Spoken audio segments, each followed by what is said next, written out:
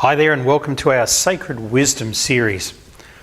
I'm Mike Handcock and this show is all about flow. What's flow? Flow is a quantum principle that allows you to be the most resourceful that you are, but it's based on some incredible sacred ancient wisdom. Now, many hundreds of years ago, one of the greatest samurais of all time lived in Japan. His name was Miyamoto Musashi. Now, Musashi was not only a samurai, but he was a stunning author as well. I think he authored over 99 books. But why was he a samurai and one of the greatest of all time? The fact of the matter was that he was a samurai for over 20 years. And that's pretty impressive to be at that level of danger and battle for 20 years and still be alive. And what he did in later life is he retreated to a cave at Hakone on the side of Mount Fuji, Lake Hakone. And he wrote all of these books, including an incredible book that I would suggest you grab a copy of and read called The 5 Rings of Power. But I want to read to you a passage out of The 5 Rings of Power from Musashi. He says this. He says, "The flow of energy of the universe can be harvested by anybody providing they have the strength of mind to summon the flow. But in doing so, we must appreciate that this is not our energy, but we're merely a vehicle for it to be flowing through. We cannot use the energy for personal gain, pride, or at any stage ego. We must use it with humility and not for personal gain or wealth. If we tap into this energy, we must be very sure of our purpose, for in it we unleash incredible power." So Musashi wrote this, as I said, around about 500 or 600 years ago. And that is the basis of what George Lucas took when he put together the film Star Wars in 1977, where we all know that Luke Skywalker always says, "May the Force be with you." He's talking about the flow. So what is this universal concept of flow? What is it based on, and how can you, our viewer, harness it? Well, firstly, you have to look at some other sacred ancient wisdom. You have to understand what your place is and what your role is in this universe. Wolfgang Pauli, the great scientist, had a principle which he called the exclusion principle, which essentially meant this. It means that no piece of matter can occupy a space that another piece of matter is in, which basically means there can't be another person sitting in this chair where I'm sitting. So therefore, if you control this space, you must control the flow around this space. But then if we look at how you operate as a human being, most of us think we're here to serve. We always try and do something for somebody else. But you can't fulfill other people. You can only fulfill a promise. Therefore, you must become a promise. And the word promise comes from the French word promettre, which means to follow. And to follow is actually the definition of the word apostle. So you must become an apostle, a follower of your own promise, occupying your own space to create flow. Let me give you the example of everything that we understand that flows. The Chinese were great observers. And one of the things that they observed was the different elements, water being one of them. Now, a river flows. When does it flow fast? It flows fast in rainy season when there's more water coming in. There's greater flow. But if you understand flow, and the greater the flow, it might be turbulent. So when you're getting in your flow, it may feel turbulent. You may be getting bumped from side to side and you're thinking, I thought things were going to be simple. No, you're simply getting into great flow. Water is a really cool thing to study because of its relationship to wealth. Why has it got any relationship to wealth? Because water was the first currency. In fact, if you look at many words used in money, they come from water. We go to the bank. to deposit our cash flow. We have currency. If things don't go well, we go into liquidation. We have floating interest rates. So you can see this relationship between water and money. That's because the initial currency on the planet was water. In the dry Arab Middle East and dry African plains where humanity started, the currency was water. But then after water was contained and controlled, the currency became saline, salt. That's why you're worth your salt, and that's why you get paid a salary, which comes from the word saline. Then it went to gold. The reason we wear gold on our fingers is because the human body literally needs gold to survive. And that's why you'll see on a grandma's ring or something, it will actually be not worn away, but part of that will have been absorbed into the skin. And the theory of carats in gold, 9 carat, 14 carat, 18 carat, is the amount of times trust has been broken and impurity has gone into the gold, which has bonded the gold in an alchemical process and made it stronger. So when you got to a certain level of impurities in your relationship, you gave a gift of gold at those many carats to signify that, and you created a bond which lasted forever. So water, flow. And then we monopolised and morphed it from there right up to the Chinese bartering with which were the first coins, and then the monetary system that we know today. And if you study money, and we're going to be sharing about power and wealth in one of these other series, if you study money, you'll understand that places like Fort Knox is not full of gold, it's got almost no gold, that money is simply created, that most currencies on the planet, with the exceptions of places like Australia, aren't actually based on anything. The current US dollar was linked to a gold standard hundreds of years ago and is now linked to nothing. The Americans can print more money, but you can't. Why is that? Well, let's have a look at ancient China, where some of this started, and how you get into flow.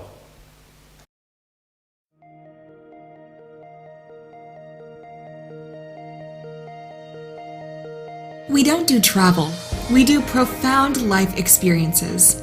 Welcome to Soul Journeys Travel. For more than 10 years, we have led groups of conscious individuals to some of the most exotic ancient sites on Earth.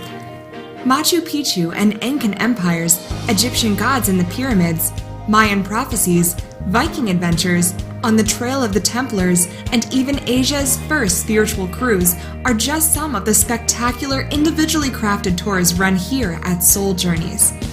Not only will you experience ancient wonders and sights your eyes have waited a lifetime for, our leaders will help you experience sacred circles, past life experiences, inner journeys, and de-engineering of your human programs that will assist you in overcoming undercurrents and blind spots that have held you back in your life.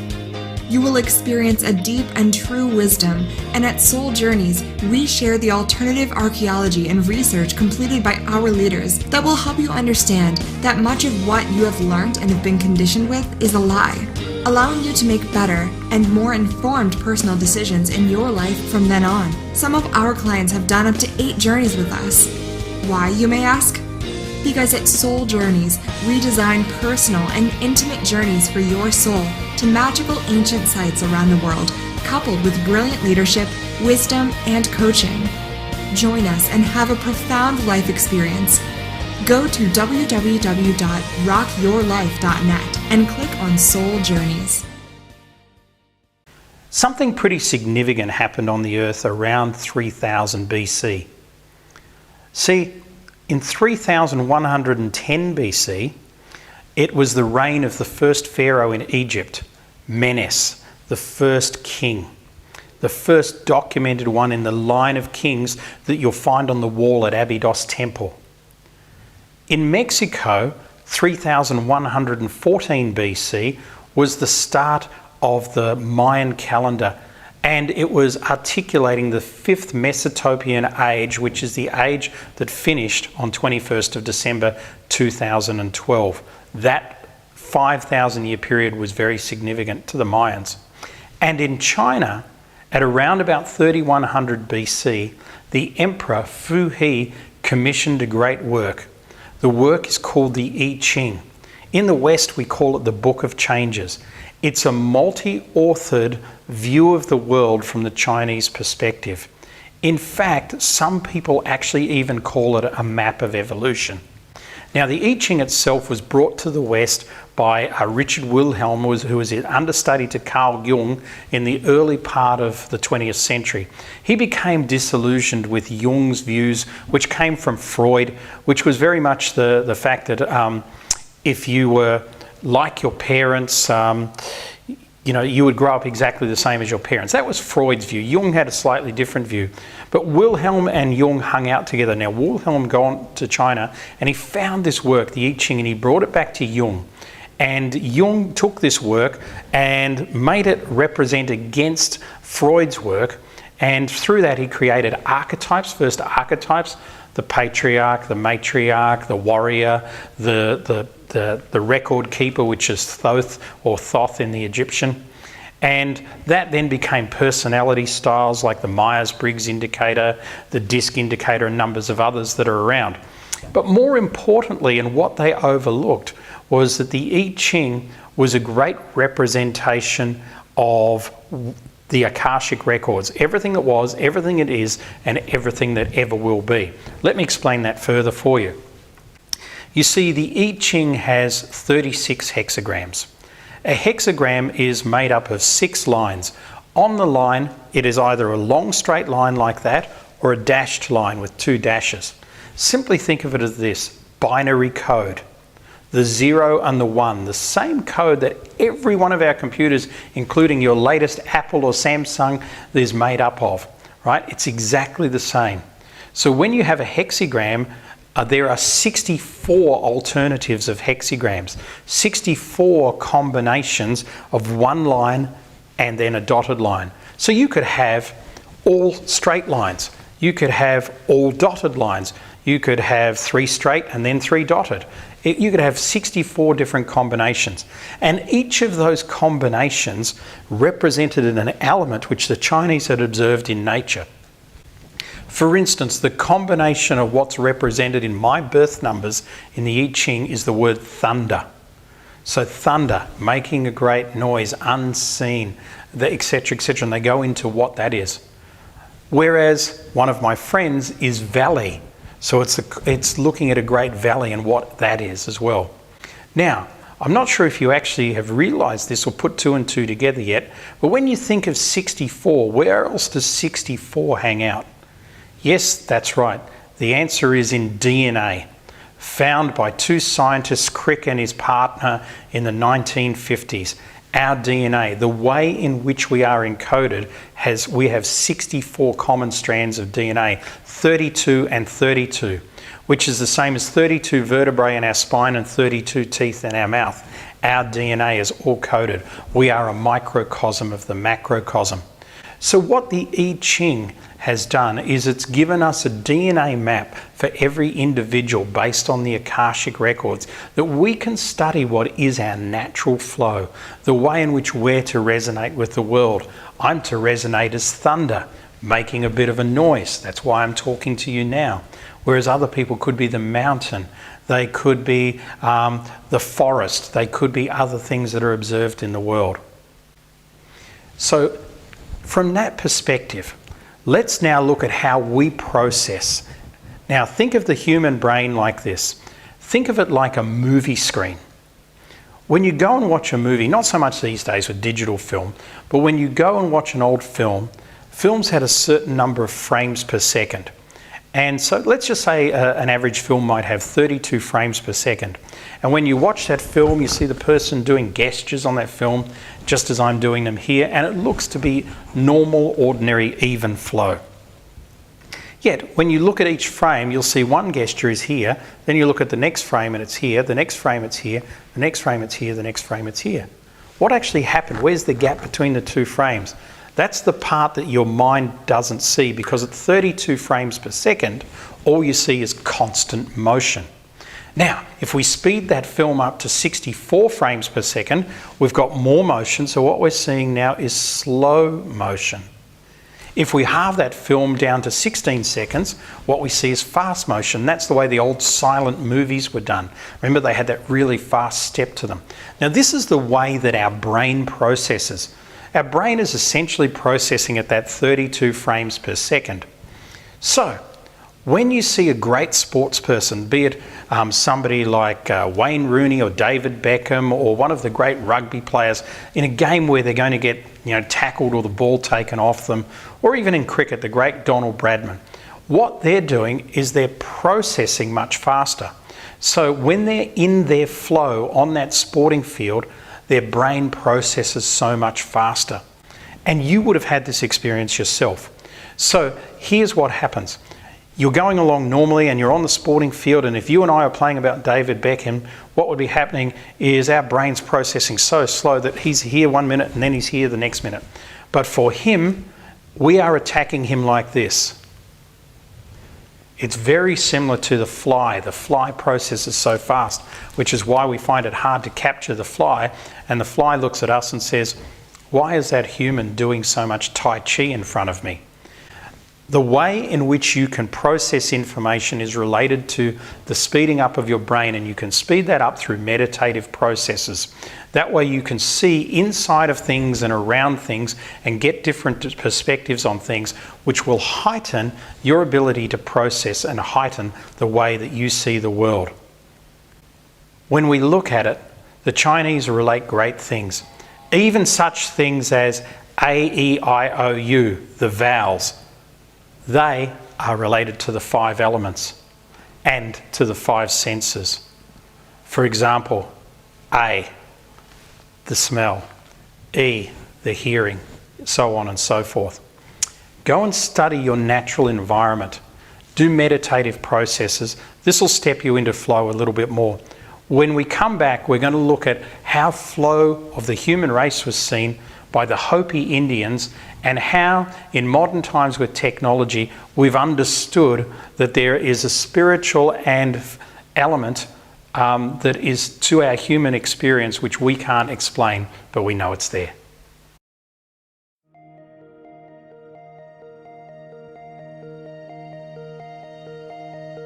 We don't do travel, we do profound life experiences. Welcome to Soul Journeys Travel. For more than 10 years, we have led groups of conscious individuals to some of the most exotic ancient sites on Earth. Machu Picchu and Incan empires, Egyptian gods and the pyramids, Mayan prophecies, Viking adventures, On the Trail of the Templars, and even Asia's first spiritual cruise are just some of the spectacular individually crafted tours run here at Soul Journeys. Not only will you experience ancient wonders and sights your eyes have waited a lifetime for, our leaders will help you experience sacred circles, past life experiences, inner journeys, and de-engineering of your human programs that will assist you in overcoming undercurrents and blind spots that have held you back in your life.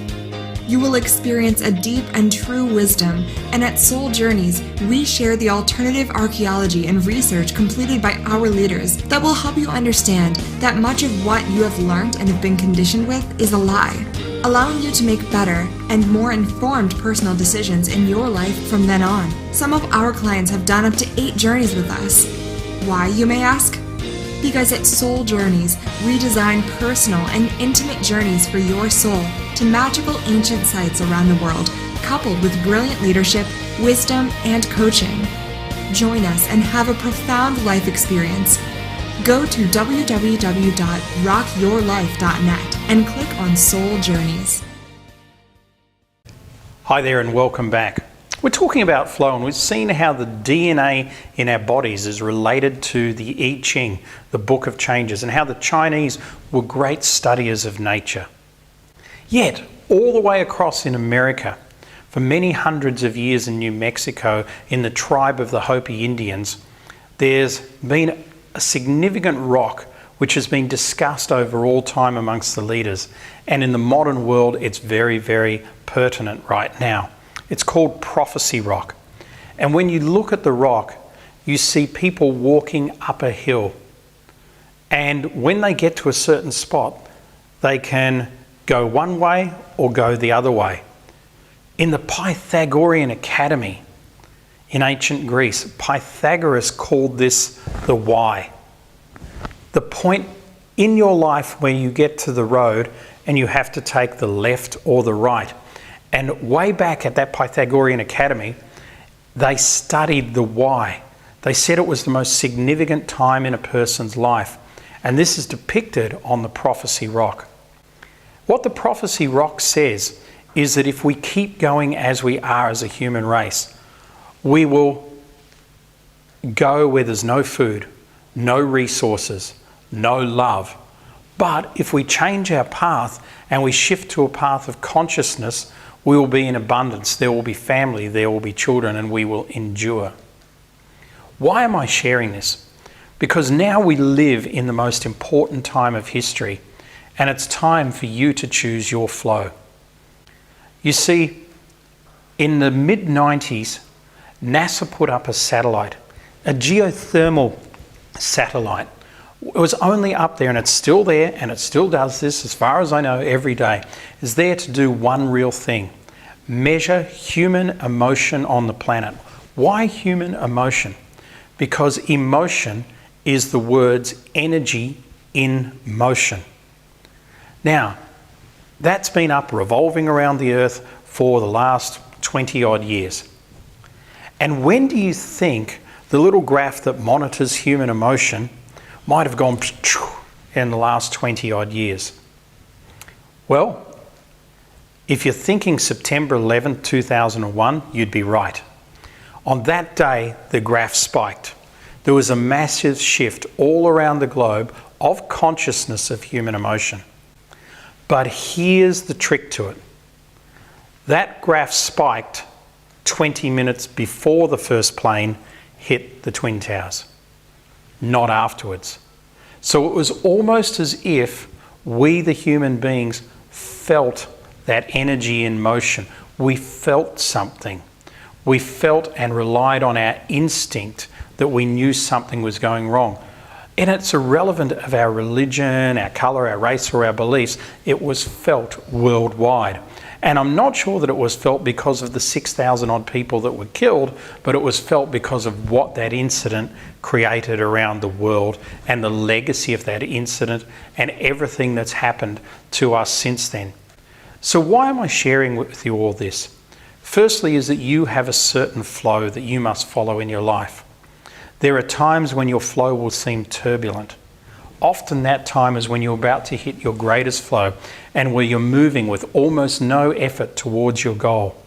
And there'll be other times where what you try and do, a natural human relation, is to try and dam the river, to try and hold on to this water for ourselves, hold on to this money, hold on to our place. What generally happens there is if you dam a part and it doesn't move, it becomes stagnant and died. Otherwise, all the crap is actually drawn to that one part of the river. So there you are, stagnant and dying in your own crap. What you should do is allow the water to flow through you. Use what you need from it and let it go on its way. And the two ways in which you can do this, and the two ways in which you can utilise flow, are by utilising the sixth and seventh sense. We all know about the five senses: sight, sound, touch, taste, smell. The sixth sense is intuition, it's gut feel. The reason why it's gut feel is because of all the electrical components of our bodies come into a circuit board about 1 inch behind our belly button called the dantian. That's why you get butterflies when you go to talk on stage, or when you're out on a date with a new potential partner and things like that. It's that butterflies, that nervousness is our electricity. We are electromagnetic beings. Follow your intuition. Most people have been taught through the educational process and through control to follow our brains. But the fact of the matter is that our brain puts out about 1/60th the electrical charge of our heart. You can't think your way out of things, you need to feel your way through things. That's called intuition. Then we have the great Akashic record, the record of everything there was, everything there is, and everything there ever will be, which is like a film around the earth. And you can plug into that and get answers at any stage.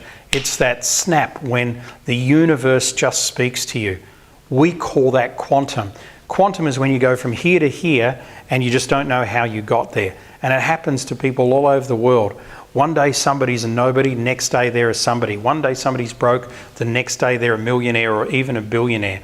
And we don't even know why or how it came about, and it can be so random. Well, that is also the same techniques that are used in wealth creation that you can use to find your own flow. How do you do it? Firstly is you must get into stillness. You can't do this while you're hectic. You can't do this while you're eating fast foods and running 100 miles an hour and being in busyness. You can't do that. You need to stop, take stock. There are 4 energies that we feel great as human beings. Some of us are ocean people, some of us are mountain people, some of us are forest people, and others of us are desert or open plain type people. Go and find that spot where you feel most at home, in front of the ocean, in front of the forest, the desert, etc. Get still with yourself. Maybe even stay there for a couple of days and become a great observer, just like the Chinese. Observe the signs and symbols that come in for you, whether they be animal totems, whether they be stars that you see, whether they be random things that shouldn't be there that speak to you. These are the quantum messages that somehow this beautiful Mother Earth of ours, Gaia, delivers to us. And it's that way in which you'll find your flow. Don't expect it to be easy sailing though. Flow can happen very, very fast. In our final series in Sacred Ancient Wisdom, we're going to be looking at who controls the world and who you've been listening to that you may want to change your tune. Until then, I'll catch you later.